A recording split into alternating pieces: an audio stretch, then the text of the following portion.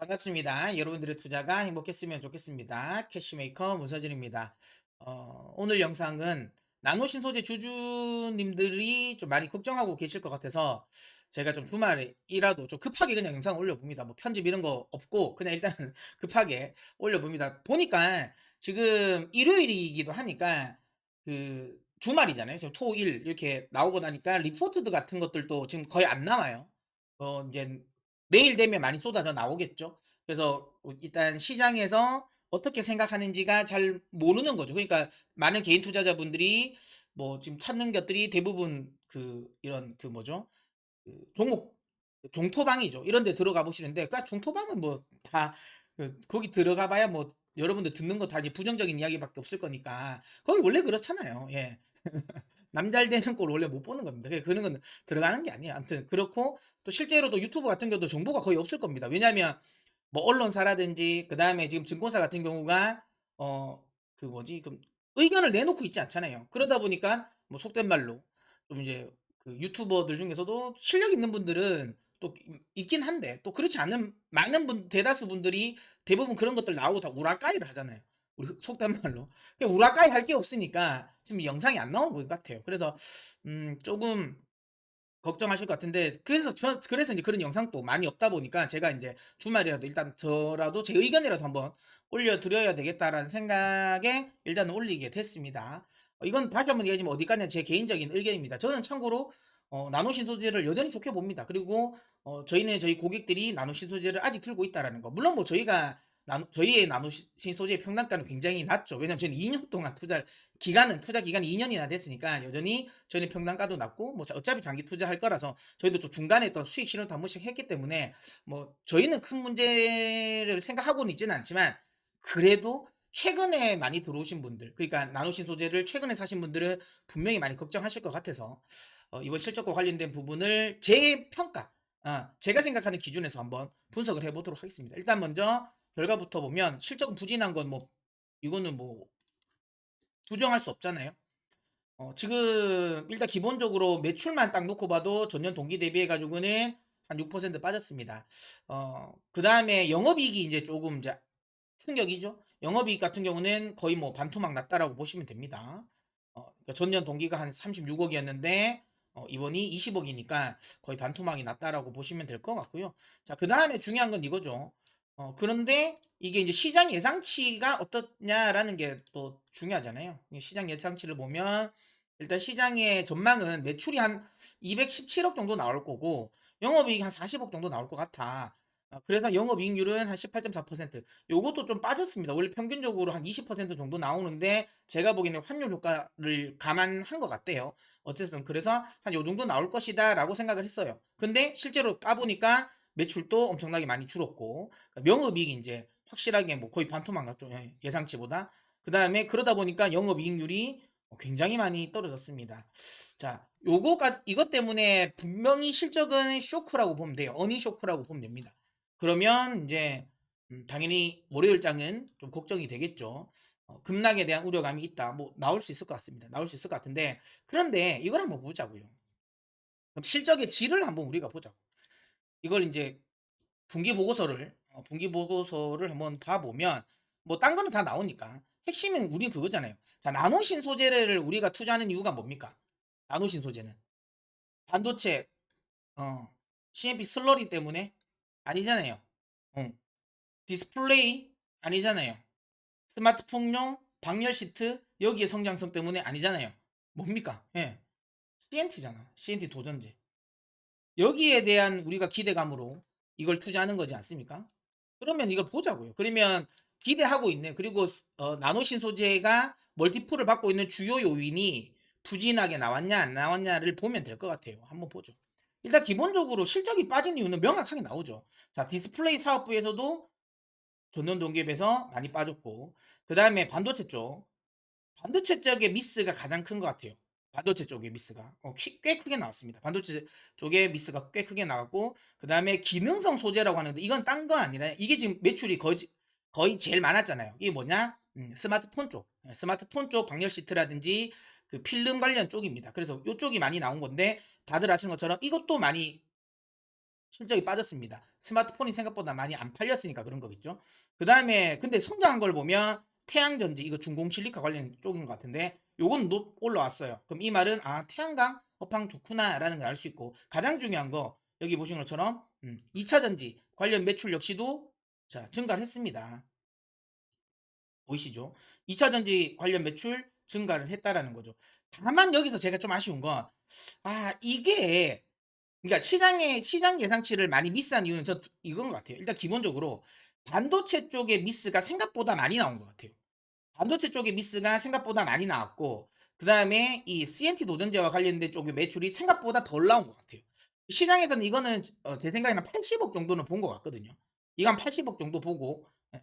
그다음에 여기서 한 거의 얼추 한 14억 정도 미스 나오고 그다음에 여기 반도체 쪽 예. 반도체 쪽도 제가 보기에는 왜냐면 요쪽 물론 뭐 전분기 대비해 가지고는 뭐 그 뭐지 당연히 낮아질 거라고 생각은 했지만 그래도 어쨌든 업황적인 부분에서는 좀 비슷하지 않을까? '바닥은 찍지 않았을까?'라고 생각을 해 가지고 얼추 비슷하게 봤던 것 같거든요. 근데 이게 미스가 많이 난 것 같아요, 제 생각은. 예. 그래서 일단은 요 세부적으로 보면 그런 건 있습니다. 아 무조건 실적이 많이 안 났기 때문에 '아 이거 끝났네. 아 이거 완전히 폭락하겠네.'라는 생각보다는 일단 그래도 다행스러운 건 원래 본질적인 문제 자체가 그러니까 아주 크게 훼손된 건 아니다. 그러니까 어쨌든 나노신 소재 쪽에 2차 전지 사업군은 계속 성장하고 있는 건 맞구나라는 건 알 수 있죠.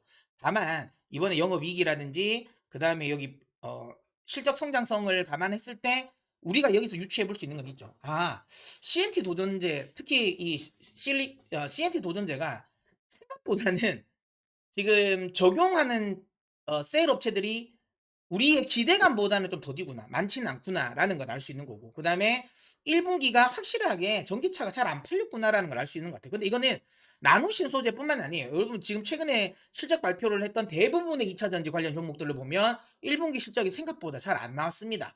미스되는 게 많았죠. 그러니까 대부분 그게 인제 아까도 뭐 시장에도 지금 우려하고 있는 뭐 배터리 공급 과잉이라든지 이런 것들도 있겠지만 확실하게 전기차 자체가 많이 안 팔린 거가 좀 영향을 많이 미친 게 아닌가라는 생각하고 그다음에 중국 쪽에서의 특히 뭐 리튬 가격 하락도 뭐 영향을 또 미쳤을 것 같습니다. 그래서 전반적으로 기본적으로 인제 이 ASP 자체가 좀 낮아진 거 뭐 이런 것들이 좀 영향을 받지 않았나라는 생각이 듭니다. 자 그렇다면 우리가 알 수 있는 건 이번 실적 발표를 통해서 나노신소재의 아주 긍정적인 포인트를 본 건 아니다. 아 확실하게 부정적인 부분은 우리가 봤다라고 생각될 수 있어요. 그러니까 제가 근데 이 실적을 보면 느꼈던 건 '아 속도 조절은 좀 나오겠구나.'라는 생각은 들었습니다. 그리고 아 만약에 이 정도의 흐름이라면 제가 기존에 봤던 목표 주가는 좀 낮춰야 되겠다. 저는 이 앞전 영상에서 있었죠. 그래서 인제 이 영업이익도 한 20% 이상 될 것이다. 그다음에 인제 이 판매량 역시도 한 최소한 2025년 정도 되면 200만 대 정도 팔릴 것이다. 뭐 이런 것들. 이런 것들을 감안해 가지고 제가 예상했던 게한 그러니까 이게 30만 원이잖아요. 3조. 그러니까 3조 정도 보고 있는 거잖아요. 한 30만 원 정도를 목표가로 봤었는데 이거는 수정은 좀 하긴 해야 될 것 같아요. 나중에 또 올릴 수도 있습니다. 하지만 지금 이 정도의 속도라면 2025 년에 초반에 시장이 예상했던 것만큼은 안 팔릴 것 같다. 물론 나중에 또 어떻게 될지는 모르죠. 하지만 어쨌든 그거보다는 조금 더 낮춰야 된다라는 생각을 하고 있고 그렇다면 제 생각에는 그럼에도 불구하고 한 20만 원에서 25만 원 사이는 그래도 좀 아직까지 열어두고 봐도 되지 않을까라는 생각을 합니다. 보수적으로 본다 하더라도. 하더라도 말이죠. 자, 제가 왜 이렇게 이야기를 드리냐 하면 이겁니다. 이거에서 저는 핵심을 보는 건데요. 좀 이게 좀 생뚱맞다고 생각하실 수도 있어요. 이거 이제 지난 주말에 나온 거죠. 4680 이제 연기됐다라는 거. 파나소닉이 4680 원래 뭐 몇 번을 연기한지 모르겠습니다. 이거 수익을 진짜 안 나나 봐요. 아무튼 그래서 이 파나소닉이 이 4680 배터리 양산을 또 지연을 했습니다. 뭐 이것 때문에 이제 TCC 스틸이나 관련 종목들이 이제 급락을 했잖아요. 그러니까 그럼 밀린다. 그러면 이게 뭐 나노신소재와 무슨 상관이냐라고 생각하실 수도 있는데 그것 때문입니다. 일단 밀린 이유를 보면 기본적으로 에너지 밀도가 예상보다 좀 낮다라는 거죠. 그게 왜 그러냐면 테슬라는 셀 투 팩 방식을 선호를 하잖아요. 그러니까 원래 인제 자동차의 배터리를 이제 탑재를 할 때 보면 처음에 셀, 그다음에 이 셀을 인제 이 묶어 두는 모듈, 그리고 그 모듈을 묶는 팩 이렇게 나오는데 이제 이 모듈을 단위를 아예 빼 버리는 거죠. 공정을 빼면 그만큼 단가가 낮아지고 무게도 가벼워지니까 더 많은, 그리고 그 공간도 더 많이 늘어나다 보니까 더 많은 이제 이 셀을 넣을 수 있으니까 주행 거리를 더 넓힐 수 있거든요. 더 길게 만들 수 있으니까. 그래서 이제 이 테슬라 같은 경우는 셀투팩 방식을 선호를 합니다. 근데 이 셀투팩 방식을 선호하다 보니까 기본적으로 원통, 그러니까 쉽게 말하면 셀의 두께가 좀 두꺼울 수밖에 없어요. 예, 이 두꺼워질 수밖에 없습니다. 그래야지 안정성을 좀 보장을 하거든요. 그러면 이제 이 원통형 캔의 두께가 두꺼워진다라는 건 그만큼 두 가지겠죠. 무게가 증가하겠죠. 당연히 이제 이게 두께가 두꺼워지니까. 그리고 두께가 두꺼워졌다라는 건 거기에 들어가는 이 냉연 강판이 많이 사용됐다라는 거고, 당연히 그렇게 되면 가격도 올라가겠죠. 비용도. 그랬을 때, 그러면 쉽게 말하면 이렇게 무게도 좀 증가하고 그다음에 이 비용도 늘어나는 거에 대비해 가지고 에너지 밀도가 별로 많이 안 는 것 같다라는 생각이 드는 거예요. 그러다 보니까 파나소닉 입장에서는 이게 마진이 안 나오는 거죠. 네, 마진이 안 나오는 거고. 그다음에 또 하나는 지금 대량 생산의 발목을 잡는 것 중에 뭐 모든 4680 자체를 건식 전극 공정으로 사용하는 건 아닙니다. 하지만 지금 테슬라는 계속 지속적으로 건식 전극 공정을 고집을 하고 있죠. 어떻게 해서든 건식 전극 공정 자체를 좀 이걸 성공시키려고 하고 있죠. 뭐 이거 그러다 보니까 이제 여기 이제 이건 뭐 제가 많이 보여드렸던 그림인데 이제 자기들 이제 인수한 거죠. 맥스웰 쪽에 이제 전극 공정을 계속 이제 이 투자를 하면서 이걸 계속 이제 이 뭐죠 적용시키려고 하는데 수율이 잘 안 납니다. 이게 쉽지 않습니다. 자, 그러면 왜 자꾸만 테슬라라든지, 이건 테슬라뿐만 아니죠. 많은 지금 이 배터리 업체들, 그다음 완성차 업체들이 이 건식 공정을 가려고 하냐면 이것 때문입니다. 코팅 공정 때문에. 그러니까 배터리를 만드는 공정 중에 이 18% 정도, 제조 공정의 18%를 이 코팅 공정이 차지하는데, 이 코팅 공정의 핵심 중에 하나가 뭐냐면 그겁니다. 그러니까 결국에는 이걸 말리는 거거든요.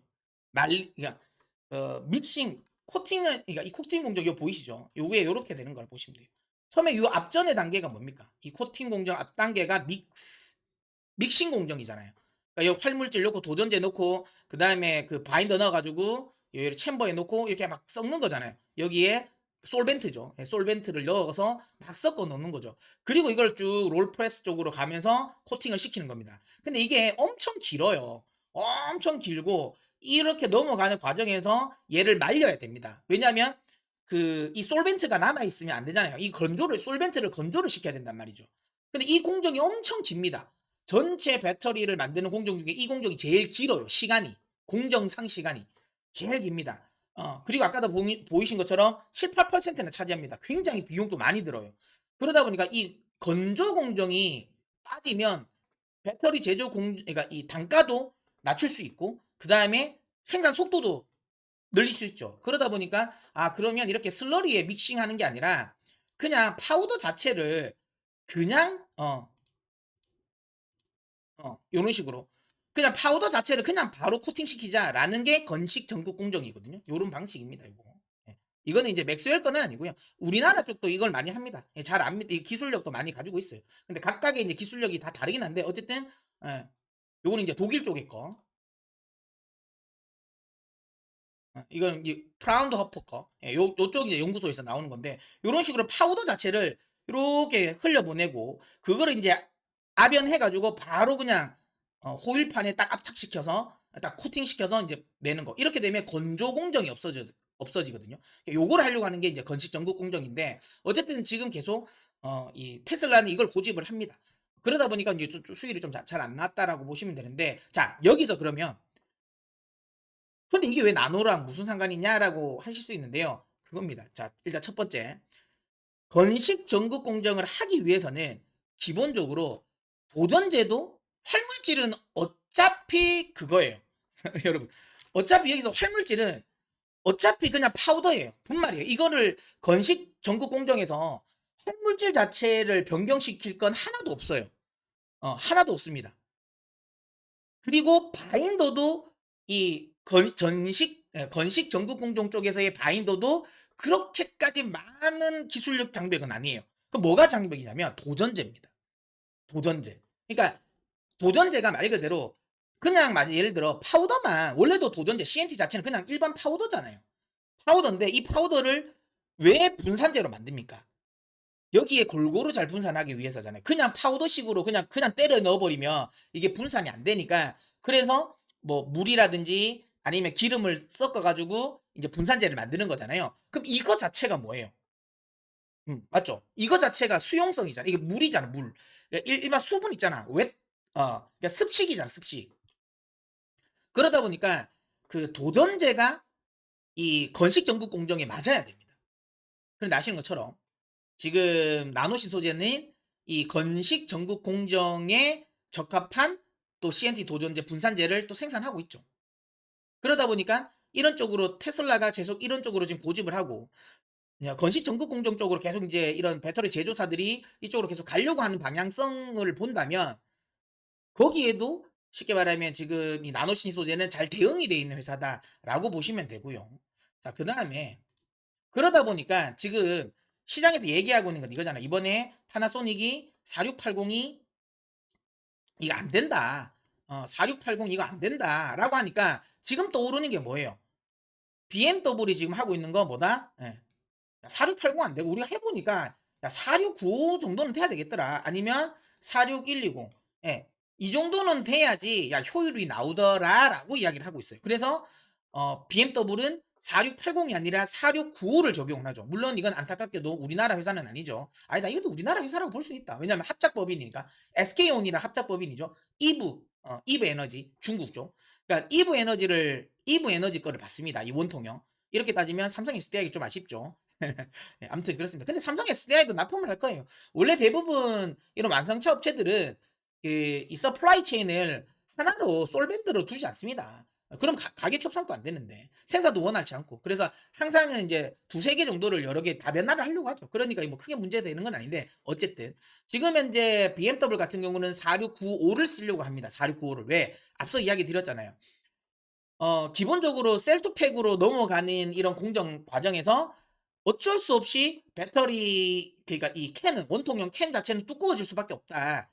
두꺼워질 수밖에 없다. 그렇게 됐을 때 원가라든지 에너지 밀도가 상대적으로 덜한데 이걸 조금만 더 키우면 그러니까 물론 더 키우면 당연히 뭐겠습니까? 당연히 더 무거워지긴 하죠. 하지만 그러니까 원통 자체에 무거워지고 원가가 높아지는 거 대비 그만큼 이제 활물질이 조금 더 들어가니까 그만큼 에너지가 늘어나는 쉽게 말하면 그 에너지 밀도가 늘어나는 걸 계산을 해보니 오히려 그게 낫더라라는 거죠.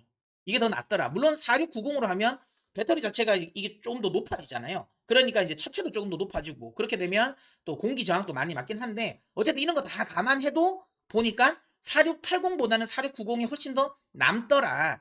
마진이 되더라. 라고 나오는 거죠. 그래서 BMW는 이렇게 가는데 이번에 테슬라가 계속 지금 파나소닉이 4680을 고집하는데 안 됐잖아요. 그러면 지금 테슬라도 4695로 넘어갈 가능성이 높아요. 그래서 지금 뭐 삼성 SDI라든지 그다음에 SK온은 이미 뭐 이브랑 같이 하고 있으니까 그다음에 LG 엔솔도 지금 4695 쪽으로 지금 계속 넘어가려고 하죠. 나중에 제가 4695 수혜주는 또 따로 한번 영상을 분석해서 따로 영상을 찍어서 올려드릴게요. 아무튼 그런 식으로 해가지고 이게 좀 변화가 되고 있는데 자 여기에 핵심이 뭐냐면 4695로 넘어가면 그냥 단순히 활물질만 더 많이 때려 였는다고 특히 양극 활물질만 더 많이 때려 였는다고 되는 게 아니에요. 아까 방금 얘기했던 요게 에너지 효율이라든지 이런 거 전체적으로 맞추려면 뭘 해야 되냐면 필수적으로 음, 여기 보시는 것처럼 에너지 밀도가 가장 높은 거 섞었을 때 3원계에 811 이상의 하이니켈의 실리콘 응급제를 사용했을 때 가장 밀도가 높다라는 거죠. 이게 조사 결과는 이거 뭐 우리 알 수 있긴 하죠. 아무튼 자 이게 가장 높다. 에너지 밀도가 가장 높다. 그 말은 근데 중요한 건 아까 방금 이야기 드렸던 그 이브 에너지가 그 BMW에 들어가는 납품을 하는 4695에 실리콘 응급제 사용량을 높였습니다. 그래서 이 밀도를 맞춘 거예요. 가격이라든지 이런 수율을 맞췄다고 보시면 됩니다. 단가를 그러니까 경쟁력을 갖췄다고 보시면 돼요. 그러면 앞으로 실리콘 응급제 사용은 많아질 수밖에 없어요. 이거는 그 추세라고 보시면 됩니다. 원래 LG 엔솔 쪽에서 한계라고 봤던 게 4%거든요. 근데 지금 최근에는 10%까지 늘었잖아요. 그러면 원래도 지금 실리콘 응급제 전체 사용량은 몇몇 플래그십 모델 일부에만 적용이 되는데 그 일부 적용되는 모델도 4% 이상 넘지 않아요. 그런데 이게 더 늘어날 가능성이 높고, 그러니까 적용되는 모델 자체의 범위도 늘어나는데 용량 자체도 늘어난다라는 거잖아요. 그렇게 됐을 때는 결국은 CNT 도전제는 많이 쓰일 수밖에 없다. 지금 현재 실리콘 응급제를 사용했을 때의 도전제는 대안이 없어요. 지금 CNT 도전제 말고는 대안이 안 나옵니다. 그러면 결국엔 CNT 도전제의 사용량은 많아질 수밖에 없다라고 보시면 돼요. 그렇다면 단기적으로는 지금 전기차가 좀 잘 안 1분기에 경기 침체라는 이런 것들 때문에 잘 안 팔려고 그런 악재가 있기 때문에 분명히 실적도 안 나왔겠지만, 우리가 이런 식으로 산업의 흐름을 봤을 때는 결국은 가는 길은 맞거든요.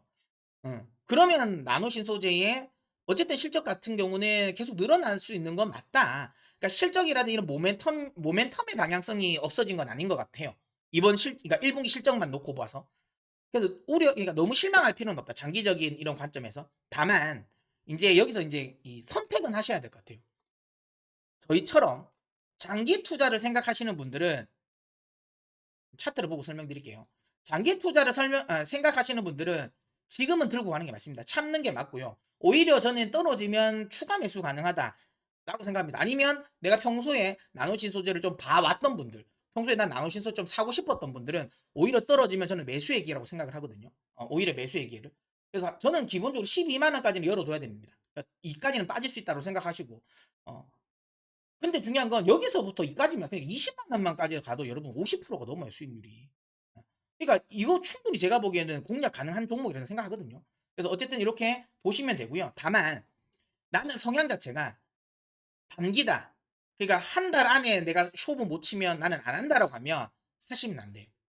제 개인적인 생각에는 일단 가격 조정은 조금 더 나올 것 같습니다. 2차 전지의 가격 조정이 전 있을 거라고 이야기 드리고 있잖아요. 그 천천히 모으라고 많은 영상에서 이야기 드렸죠. 5월 달까지는 제가 보기에는 약할 가능성이 높습니다. 그러면 더 많이 떨어질 수도 있다. 아래 방향으로 열어두고, 그리고 났을 때 올라간다고 해서 가격 조정 주고 바로 급등 안 나오거든요. 기본적으로 2차 전지 자체는 바닥에서 많이 올라왔기 때문에 가격 조정뿐만 아니라 기간 조정도 필요해요. 그러면 제 생각에는 가격 조정 나오는 구간 자체도 한 달 정도 걸릴 것 같고, 그 다음에 이게 바닥을 다지는 구간 자체도 최소한 한 달은 나온다. 그러면 한 2달 정도는 여기서 큰 시세를 기대하고 들어가면 안 됩니다. 그렇기 때문에 내가 단기 투자를 생각하시는 분들은 진입하지 마십시오. 오히려 다른 쪽으로 하시는 게 맞고요. 다만 나는 중장기, 최소한 나는 6개월에서 최소한 1년 이상은 내가 끌고 가겠다라고 생각하신다면, 그렇다면 이번 조정을 통해서 저는 매수를 하셔도 크게 문제되지 않는다라고 생각을 합니다. 물론 이건 어디까지 제 개인적인 의견이고요. 지금 이 영상을 끝까지 시청하셨다면 제가 왜 나노신 소재를 장기적으로 좋아하는지를 아실 것 같아요. 제 생각에 동의를 하신다면 저는 장기 투자 하신다고 생각에 오히려 저가 매수 아니면 그냥 흔들리지 마시고 홀딩 하시는 게 맞다라고 생각하고요. 아니야. 뭐 어차피 지금 빠질 것 같고 뭐 이 성장성 뭐 모르지. 어떻게 움직일지 어떻게 알아. 그리고 어쨌든 실적 안 나왔잖아. 이게 걱정되시는 분들은 사시면 안 됩니다. 그리고 오히려 매도하시는 게 맞다라고 봅니다. 믿음이 없으면 제가 보기에는 흔들리실 것 같고요. 믿음이 없으면 큰 수익을 낼 수 있는 종목은 아니라고 생각되기 때문에 이 종목에 대한 믿음이 없으신 분들은 저는 매도 의견 드리도록 하겠습니다. 자, 그러면 저는 또 다음 영상에서 찾아뵙도록 하겠습니다. 잠깐만. 그 전에 제가 그걸 안 했네요. 저 밑에 보면 더보기란에 보면 또 저희 오픈방에 들어올 수 있는 링크가 있으니까 오픈방에 또 들어오셔서 또 많은 정보 얻어 가시고요. 그리고 아직까지 캐시메이커의 구독자가 아니신 분들은 또 구독을 눌러서 메이커가 되시면 또 제가 또 나노 신소재뿐만 아니라 2차 전지 시황과 관련된 많은 영상들을 많이 올려드리니까 또 좋은 정보 많이 받아가실 수 있습니다. 구독, 좋아요도 꼭 한번 눌러주십시오.